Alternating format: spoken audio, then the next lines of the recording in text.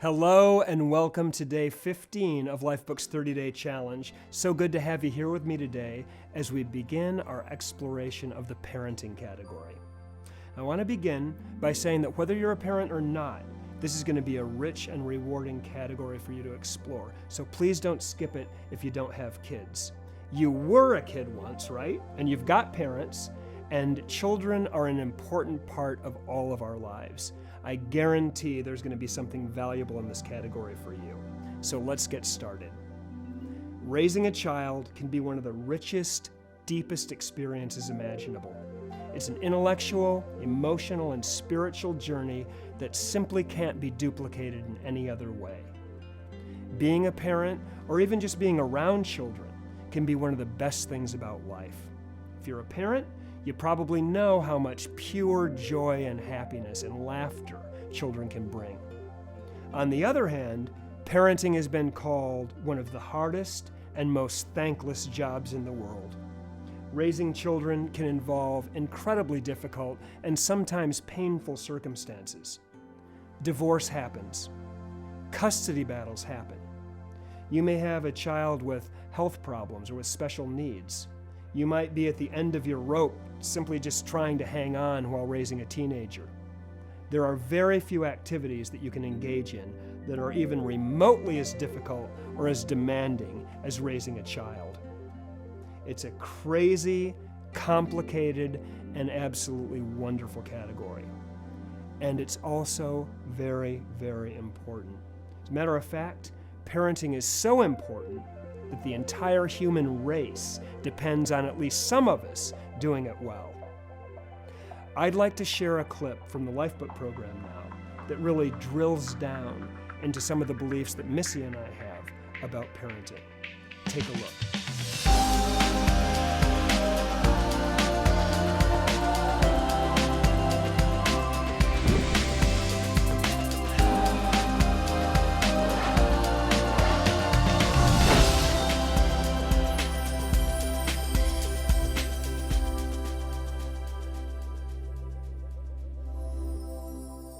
Being a parent is an awesome responsibility. The life of another human being is in your hands. When the process begins, they're totally dependent on you. They can't walk, they can't talk, they can't hold their heads up. If you left them alone for 48 hours, they wouldn't survive. As they get older, they look to you for everything important: their food, their shelter, their clothing. As they develop, they look to you for values, for morals, for a sense of life. Your level of health is what health means. They look at your marriage as an example of what marriage means. Your career is what career means. As a parent, you're under a microscope. Everything you say, everything you do, you are what human being means to them. So what is being a parent all about? What does it entail? What are your beliefs in this area? Fundamentally, Missy and I believe that our job as parents is to raise independent, healthy, happy, courageous children. We believe that this entails three things. In order to raise kids like that, we've got to set a good example. We've got to create a safe, sane, loving environment. And we've got to teach our children what they need to know to navigate through life. Let's take a closer look at these three beliefs. First, we believe that it's up to us to set a good example. Now, everyone knows that we've got to set a good example. People are immune to this phrase. Please try to understand this. You are your child's world. You're all they see. You are the example of what being a human being is all about. You're the provider, you're the caregiver, you are everything. They want to be you. If you smoke, you're giving them permission to smoke. If you're overweight, doesn't matter what you say about sugar or junk food being unhealthy, you're giving them permission to be unhealthy every day. If you're a courageous person, a person who steps up to life, someone who's not afraid to set goals and go after them, you give your child permission to be courageous. If you have a fantastic relationship with your spouse, you're showing them every day what a proper relationship looks like. Put yourself in their little shoes for a second. They look up to you. You are their world. The most important responsibility we have as parents is to live great lives and be great people. The best education a kid can ever have is to see their parents living a happy, successful, stable, fulfilling life. It's not what we say, it's who we are as people that will affect our children's lives. So all the Lifebook categories are important here. The most important thing you can do is to really get into your Lifebook and get all those categories in line.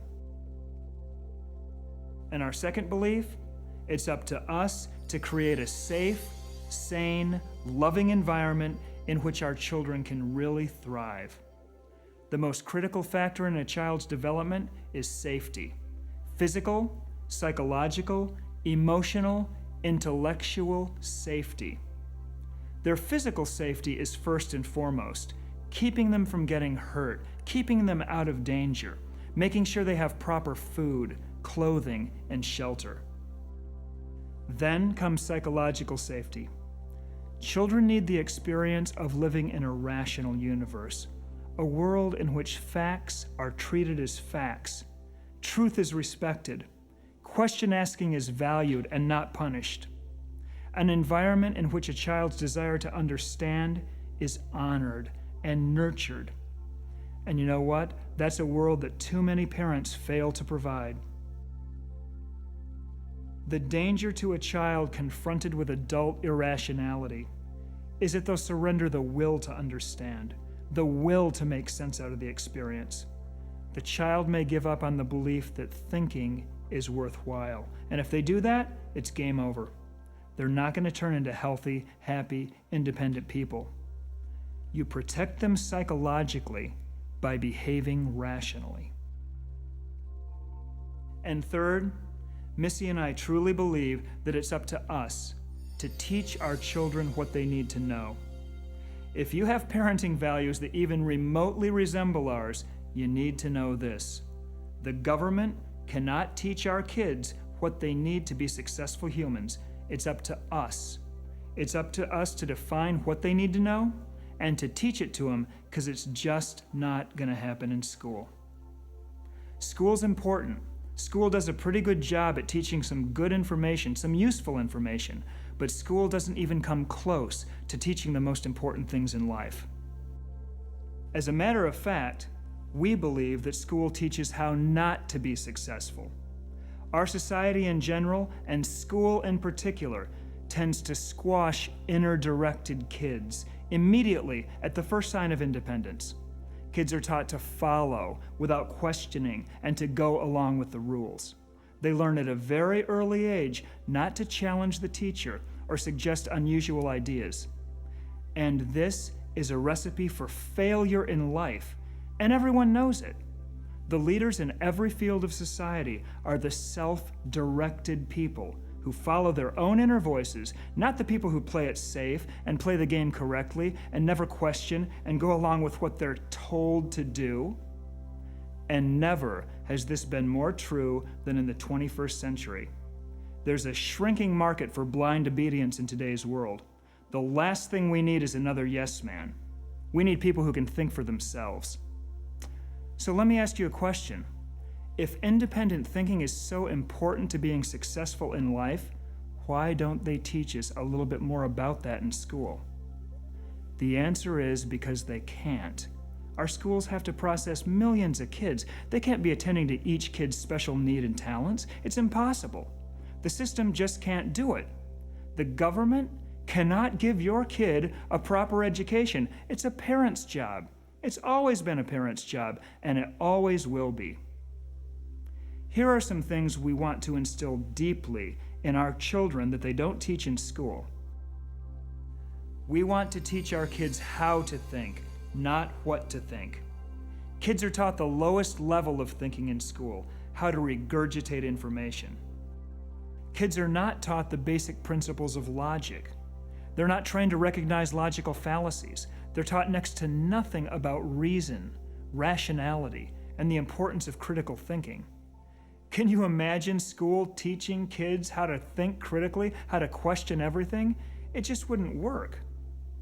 The quality of their lives will be based to a huge extent on their ability to think in a high-quality way. And this is just not overtly taught in school. They got to kind of pick it up by osmosis. They've got to learn it on their own. Well, we want to teach our kids how to think.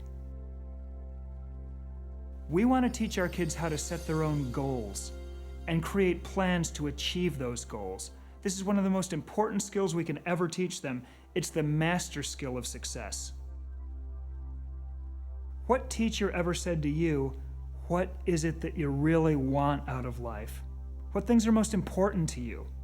What kind of skills will you need to develop? What will you need to learn? What will you need to do to get those things? They're just not concerned with that because they can't be. They need to make sure that you can find Argentina on a map and that you can add 4-digit numbers and that you can recite the first 3 lines of the Declaration of Independence. It's not their job to care about what you want. It's a parent's job. We want to teach our kids to never stop thinking about what they want out of life and why they want it and what they need to do and who they need to become to get it. We want to teach our kids about money, what it is, where it comes from, how wealth is created, and what it can do for you and the people around you. And school doesn't even try to address this issue. We go to school for 15 years or more, and we learn about geography, algebra, geometry, biology, chemistry, history, sociology, literature, music, computers, art, phys ed. We learn home ec, for God's sake. We learn how to make muffins. And then we graduate, and we spend the majority of our waking hours just about every day for the rest of our lives trying to make money, a subject we've learned absolutely nothing about in school. I'm going to say that again because it's so bizarre and it's so unbelievable. We go to school for almost 2 decades and we learn about everything but money, and then we graduate and we spend the rest of our lives trying to make money. We're going to look at this craziness when we dive into career and finances. If we don't teach our kids about the creation of wealth, no one will. You can be sure of that. We want to implant the fundamentals firmly in their brains so that they'll have the opportunity to be financially successful and have abundance in their lives. We want to teach our children about the world through travel. It's one of the most important ways that Missy and I educate our kids. We believe that traveling is one of the best experiences a kid can have. It just yanks them right out of their little world, right off of their Nintendo game, and it expands their concept of life on Earth. The rest of the world is not America. If you want to get really thankful for what you have, spend some time in a few third world countries. We want our kids to see that. We want our kids to know that. And most importantly, we want to teach our kids how to live a great life. What does a good relationship look like? What's physical health all about? How do they find the career that's perfect for them? How do they create financial abundance in their life? What's required for their spiritual, their emotional, and their intellectual fulfillment? All the Lifebook categories. And again, it's our example that they're going to learn from, more than anything we can say. They look at our lives, the lives we live, as an example of what's proper to a man and a woman. We want them to live great lives.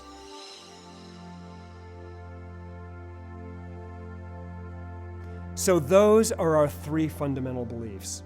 As parents, we've got to set a good example for our children, create a safe, sane, loving environment for our children, and we've got to teach them what they need to know to have great lives. And we've defined what that is to us. Now, there are as many parenting styles as there are parents. You know, it's kind of a cliche.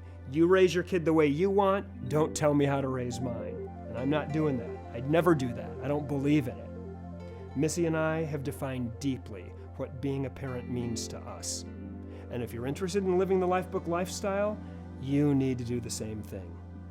This is an amazing, challenging, very exciting process that yields great results.